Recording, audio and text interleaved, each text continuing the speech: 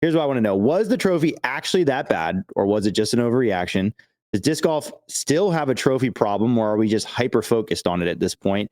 And then if so, why does this keep happening? Why do we keep ending up in this situation where a trophy becomes the focus of an event when it really never should at this point? Ross, what do you think? So my first reaction was, when I saw the reaction of everyone online, was everyone will just try to see that in everything. Guys will just try to see that anywhere. And then I was like, I have to take this to my wife and see what she says. Showed it to her, and her instant reaction was that it was a joke. It was like a bit. It was not real, because it was just so ridiculous. And once she said that, I was like, okay, maybe these people are onto something. Yeah, I don't know how this happens. I mean, there's people say there's like, ask the teenager online, whatever they say, do the opposite, kind of steer clear of that. I think the problem with trophies, and I do still think they are a problem, they definitely have gotten better, but the standard is I mean, you have everything from like the Turku Open trophy, which is like that massive like deer or whatever the heck it is, which looks like a professional trophy, all the way to something like this, can be like the insular nature of disc golf, to where people who are making trophies, people who are being commissioned to do trophies, tend to be people within the community. And there maybe could be a bit of I can see this happens locally sometimes, where there's like a fear of maybe offending people who put a lot of hard work into this. Like, I'm sure whoever made all the trophies for all the divisions spent a lot of hours, a lot of days grinding away at those. But maybe there should have been a little more check-in on how the progress is and how they were turning out, because I don't think in hindsight it's quite obvious, but even in the moment, I feel like someone should have said something. You really feel like that. Hannah, what were your thoughts on Trophy Gate? Yeah, so it's both actually a really bad trophy, but then there also was a huge overreaction online that did feel a little bit immature. But kind of like what Ross said, is a lot of these trophies are commissioned from within the disc golf world, which is wonderful, because there's so many artistic people and so many people who have talents outside of the sport or anything related to the sport directly, then it's great to utilize that. And part of my struggle with that, though, is these people are some of the people who know disc golf the best, right? It's a huge part of their lives. So you would think they would understand what a disc golf trophy should be like. And they would see, oh, we've had some weird trophies in the past. I don't want this one to become that too.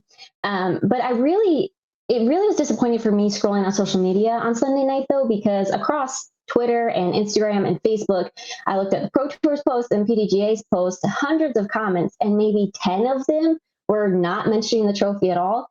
And that's really disappointing, because I think this is part of why disc golf doesn't get taken seriously, is things like this trophy overshadow the fact that Evelina won a women's major, one of probably the biggest women's only tournaments in the country in our sport, and it almost could have gone to a playoff if we're really thinking about it. And yet that doesn't seem to matter as much as how weird the trophy looked. And to me, that's kind of a bad look for the sport overall, and a little bit unacceptable. Yeah, certainly. I mean, that's definitely one of the big pitfalls of the situation, is that was the only focus at the end of the event. Gary, I know you had quite a rant on this, so give us the condensed version. It's 100%. This trophy was so stupid. I mean, up front, I'm going to say this. All right, I'm not an artist. I couldn't make anything ceramic to save my life, and I can appreciate the hard work that goes into making things, but I have two significant problems here. Number one, these were made by Tina Oakley, former owner of Whale Sacks and also a Bonnaroo attendee. She sells this stuff out of a shop in Florida. She posted in April that she's been spending a lot of time on them. That means that there have been 2.5 months since these have been started to be made. No one from the DGPT ever saw these. There was no concept design sent to them a month into this process. And also, how did she get picked for this? She's an amateur potter in Florida. This event was in Wisconsin. We couldn't find a more seasoned artist in Wisconsin to make something. And I disagree. We don't always have to have disc golfers do everything in disc golf. Let's incorporate and bring other people into the sport. And here's my other issue. They were so suggestive. If you look at the photo of all 23 of them made, there were some that were less problematic than others. But after several comments on her own account where they said, hey, you know that these look like, you know what, right? She said, it's okay.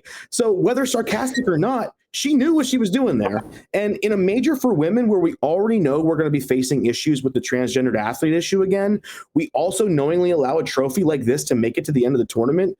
I don't know who approves these things, but they should seriously be talked to. Like, this is a problem. The Pro Tour knew it was a problem. We all know it was a problem because in their Instagram post after the event, they put videos from the event, but they put a winner photo from 2024 Worlds. They hid from their own problem. But trophies in the past have been silly, and if that's a problem, then no big deal. There's a big difference between a steering wheel with interesting history and a lighthouse that isn't even colored like a lighthouse. Like, right. Come on. Kids got these trophies. Yeah. What are we doing here? It was a crazy look. And yeah, that's the thing is like, we've obviously with the trophy stuff in the past, I mean, there have been ones that are just kind of unprofessional or tough for people to really get. And those are one thing because they don't really overshadow the event. It's just more of a talking point that doesn't need to exist. And honestly, we've grown kind of numb to them. And I think that's why we haven't talked about trophies as much. Although I do think a lot of people have taken the feedback from the past years to heart and like really upped their game. And some events have always done a good job no matter what. Mm-hmm. I did the same thing you did, Ross. I went right to my wife and I showed her a picture. I'm like, hey, look who won. I didn't say anything. And she's like, what's that? My wife's a very innocent person. Like she's not, I feel like everyone's, we got dirty minds or whatever, but even people who aren't even in the sport who don't think that way. All that. And that's what they thought. I mean, come on. Yeah, no, it was pretty obvious one. And so that in that situation, it just can't happen. It's just, it gives disc golf a bad look because like Gary's saying, like somebody saw it. And I think everybody kind of mentioned like nobody wanted to hurt anybody's feelings. But if you're protecting a brand and trying to promote a professional sport, it just can't happen. And I think, it was also, this is a PDGA event. So this wasn't a Pro Tour event. I think that could have something to do with it. Sometimes a lot of that, the PDGA likes to turn all the responsibility to the local tournament director. So maybe there was nobody in authority that really got their eyes on this that should have. But even worse. Yeah, it just has to be shut down. It has to be. Listen, if the tour of the PDGA needs someone to be the bearer of bad news, you can pay me to do it. I'll be happily look whoever it is in the eye, in this case Tina Oakley, and be like, thank you for your time, but you can take those back. But one thing that's also so frustrating is, in sports, there's two moments that you want to have like all of the gravitas around, which is the moment someone wins something, whether it's like the last pitch in the World Series, time runs out in a football game, like that moment you want to be electric. And then also when the winner is holding the trophy. Like those are the two things that as someone who is trying to run an event, trying to create an on-air product, it's for how do I have a whole design in which we have as many people there as possible. So that way when that final puck goes in, the background looks good. How do we make sure this trophy looks something that if we were to go to a brand and try, for sponsorship opportunities or whatever it may be, have an image that is powerful? And I don't know. It's embarrassing. And here's the bottom line. This is a major tournament, right? Even if it was anything that didn't look crazy, it's still a piece of pottery. Like this trophy should look majestic for a major title. Yes. If it's going to be a piece of pottery, it would have to be done by a world-class pottery artist to make it like look at the standard that a trophy like that should be at. Like that's really the problem is like they were never even on the right track. A piece of pottery, like that's a trophy for your local B tier. If you look at the Instagram post on end of January, we saw her saying, "Look at my first ever attempt at a lighthouse." And then apparently at the beginning of April, she was, contracted to do these lighthouses. And like I said, it was 2.5 months. Like there was no, hey guys, here's what I'm working on so far. What do you think of the early concepts before I go through the chipping out, the painting, the glossing, all that stuff. One thing also is this event, maybe this is an unfair comparison on my part, but I don't think it is. This is the women's version of the USDGC. USDGC, get your name on a big trophy. You get a ring the next year. There's so much. I mean, obviously that's because that event has had so long to establish that tradition, but it really does elevate the winner of that and tries to kind of capture that Masters feel of like once you win the USDGC, you're in this prestigious club. And the fact that this is what the PDGA does for the women's side, where it's the only event of the year where it is just women, all eyes are on them. And this is like, I don't know. It's super frustrating. And if I was Evelina, I mean, she seems like a really nice person. She probably would never say anything, or at least maybe not say anything in English. Like, I would be really angry if I was her that this is how. Yeah. And here's I the won thing. 3 out of the last 6 majors. And To this is how your- it's treated. Yeah, to your point about the USDGC trophy, one mistake that all these tournaments make, or a lot of them do, is that you don't need to take home some big trophy. Invest in one trophy that is used for those important pictures that you hoist. Maybe let them even take it home for a year and then bring it back like some other sports do. And Preserve then, does it great. Right. And then give them something smaller, like give them a medal or a replica or something. But you can invest in just one trophy and keep it around. You don't have to buy these grandiose, insane trophies every year. Because anyways.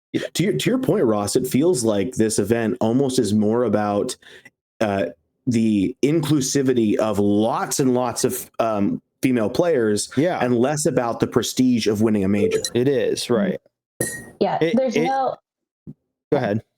Oh, I was just gonna say, like I agree with Ross. It's like this is the one women's only event, and there's there's divisions all the way down to FJ10, and you've got like FP75. Like, it's an incredible event, and there is no prestige to it. And then stuff like this happens, and like you're pointing out, like these were given to kids, and maybe the other divisions didn't look as egregious. But at some point, like, feelings aside, you have to protect the brand and the people paying money to play this event and to have a good time. It definitely feels like they treat the event, at least from this trophy, seeing like the courses that they choose and like the on-air product, that they view this more as like a master's major or an AM major, opposed to giving it, it's one of the 4 majors that FPO women are trying to win every year. Right. It definitely feels, it sucks. It stinks for the women that, when you're having that many players in a giant AM field like that, it's almost impossible to focus on just one division. Like, you set yourself up for failure a little bit at that point. You need almost a second committee.